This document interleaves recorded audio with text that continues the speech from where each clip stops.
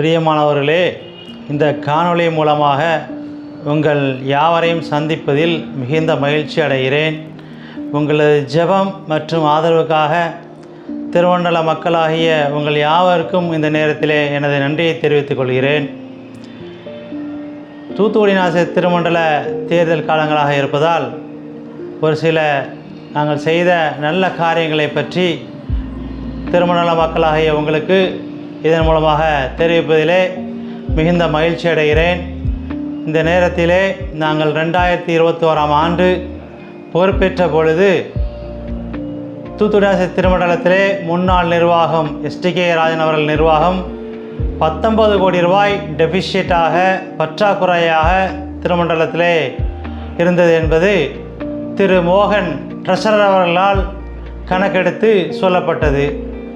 இந்த பற்றாக்குறையை சரி செய்வதற்காக நாங்கள் பல முறை லே பிரதிநிதிகளாகவும் குருவானவர்களாகவும் திருமண்டல பெரியோர் மக்களாகவும் சேர்ந்து பல முறை சிந்தித்தும் அதை சரி செய்வதற்கு ஆராய்ந்து செயல்பட்டோம்.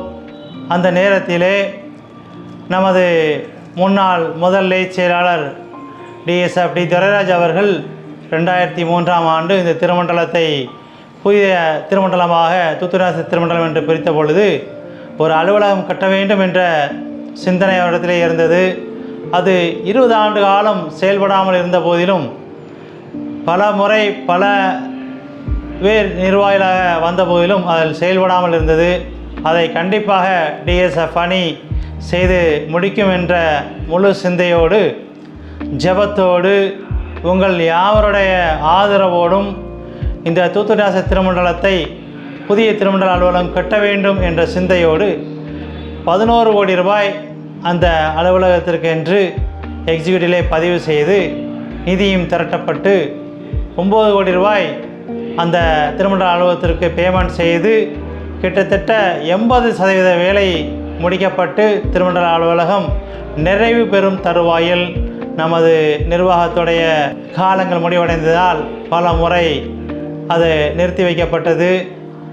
மீண்டும் இந்த திருமண்டல அலுவலகத்தை கட்டி முடிக்க வேண்டுமென்றால் நீங்கள் இந்த தேர்தல் காலத்திலே DSF அணிக்கு முழுமையான ஒரு ஆதரவு கொடுத்து மீண்டுமாக DSF அணி முழுமையாக வெற்றி பெற்று இந்த தூத்துக்குடி நாசிரியர் திருமண்டல அலுவலகத்தை மிகவும் சிறப்பாக கட்டி முடிக்கப்பட்டு மிகவும் சிறப்பாக இன்னும் ஒரு முறை மீண்டுமாக திறக்கப்படும் என்று உங்களிடத்திலே மிகவும் நேர்த்தியாக சொல்கிறேன். திருமண்டல அலுவலகம் என்பது நமது திருமண்டல மக்களுக்கு அனைவருக்குமே சொந்தமானது.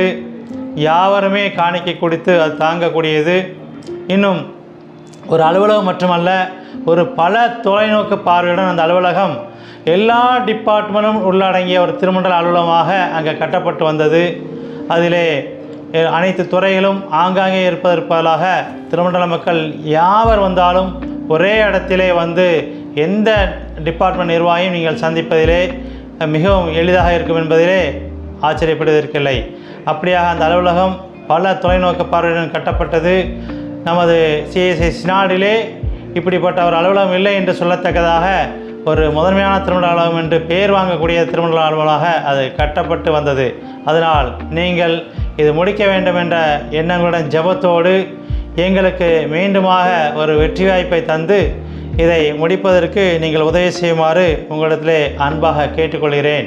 ஆகவே தூத்துக்குடி நாசிரியர் திருமண்டலத்திலே இன்னும் அநேக வளர்ச்சி பணிகளை செய்வதற்காக தூத்துக்குடி நாசிரியர் திருமண்டல மக்களாகிய நீங்களும் ஜெபத்தோடு எங்களுக்காக குருவானவர்கள் அனைவரும் சேர்ந்து மற்றும் தூத்துக்குடி நாசிரியர் திருமண்டல பெருமன்ற உறுப்பினர் அனைவரும் சேர்ந்து மற்றும் ஆசிரிய திருமண்டல பெருமன்ற உறுப்பினர் அனைவரும் சேர்ந்து எங்களது DSF அணியை அமோகமாக வெற்றி பெற செய்வதற்கு உங்களது ஜெபத்தோடு எங்களை தாங்குமாறு உங்களை அன்போடு கேட்டுக்கொள்கிறேன்.